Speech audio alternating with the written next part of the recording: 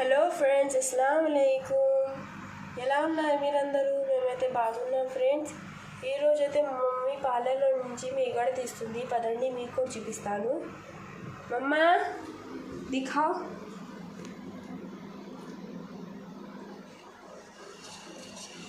మేమైతే friends home made ఘీ చేస్తాము. ఎందుకంటే మా నాన్న బాగా తింటారు ఫ్రెండ్స్ ఘీ. ఇంట్లో తినేది అందరు తక్కువే ఫ్రెండ్స్. ఘీ మా నాన్న ఎక్కువ తింటారు బాగా ఘీ. చూసారండి మీగడ ఎలా ఉందో, రొట్టెలాగా చూడండి ఎలా ఉందో. పాలు చిక్కగా ఉంటే ఇలా వస్తుందండి మీగడ అయితే.